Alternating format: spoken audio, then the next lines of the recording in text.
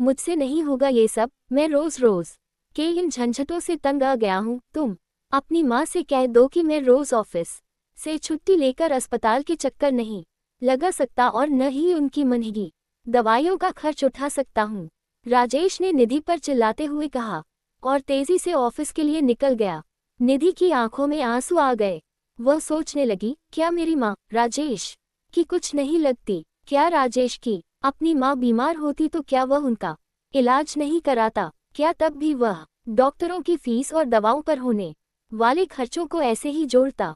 जब मैं अपनी सास को अपनी माँ जैसा आदर दे सकती हूँ, उन्हें अपनी माँ जैसा समझ सकती हूँ, तो राजेश क्यों नहीं ऐसा कर पाता? मेरी माँ का मेरे सिवाय है ही कौन?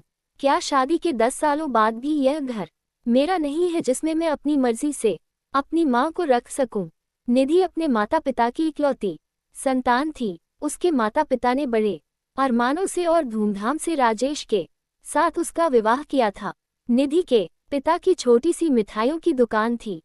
शादी के बाद निधि अपनी दुनिया में बहुत खुश थी। उसे भरा पूरा ससुराल मिला था। देवर और नंद ने उसके भाई और बहन की कमी को पूरा कर दिया था। पलाश के जन्म के बाद तो उसकी खुशियां दूनी हो गई थीं। पर सदा समय एक सा कहाँ रहता है।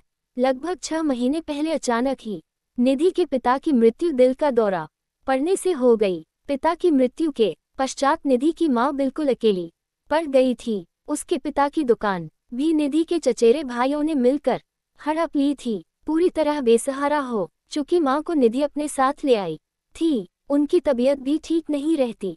हालांकि माँ उसके साथ रहना नहीं चाहती थी, पर निधि अपनी उस माँ को कैसे छोड़ देती जिन्होंने उसे जन्म दिया था, अपनी उंगली पकड़कर चलना सिखाया था। शुरू में तो सब ठीक चल रहा था, परंतु कुछ समय बाद ही निधि की सास को छोटी छोटी बातें बुरी लगने लगी थी। तुमने अपनी माँ को चाय पहले क्यों दे दी? उद्धरण चिन्ह। अपनी माँ को दूध क्यों दिया? मेरे पोते को अपनी माँ से दूर रखा करो। पता नहीं उन्हें क्या बीमारी है। कब तक तुम्हारी माँ यहाँ रहेंगी? उन्हें किसी वृद्धाश्रम में क्यों नहीं डाल देती? प्रश्नवाचक चिन्ह। कब तक वे मेरे बेटे के पैसों पर ऐश करेगी? इत्यादि इत्यादि। निधि खून का कड़वा घूंट पीकर रह जाती, पर उसे कोई उपाय न सूझता। राजेश भी उसकी कोई बात न सुनता और अपनी माँ की ही हाँ में हाँ मिलाता। अब राजेश भी उससे खींचा खींचा ही रहता। आज भी राजेश ने कितनी बड़ी बात कह दी थी। निधि को कोई रास्ता नहीं सूझ रहा था। क्या करे वह? क्या सच में अपनी माँ को किसी वृद्धाश्रम में डाल दे? पर वह जब अपनी माँ के बारे में सोचती तो उसका मन स्वयं को धिक्कारने लगता। क्या मेरी माँ के प्रति मेरी कोई जिम्मेदारी नहीं है? क्या माँ का कसूर सिर्फ ये है कि वे एक विधवा हैं और एक बेटी की माँ हैं? बहुत देर तक सोचने के बाद निधि एक निर्णय पर पहुंच गई। शाम को जब राजेश वापस आया तो निधि को अपने कमरे में देख हैरान रह गया।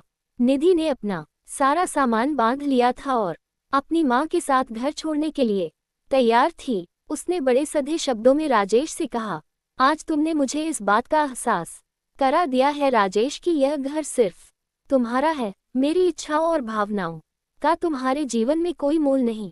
तुम्हारा घर छोड़कर मैं अपनी सहेली चित्रा के घर जा रही हूँ।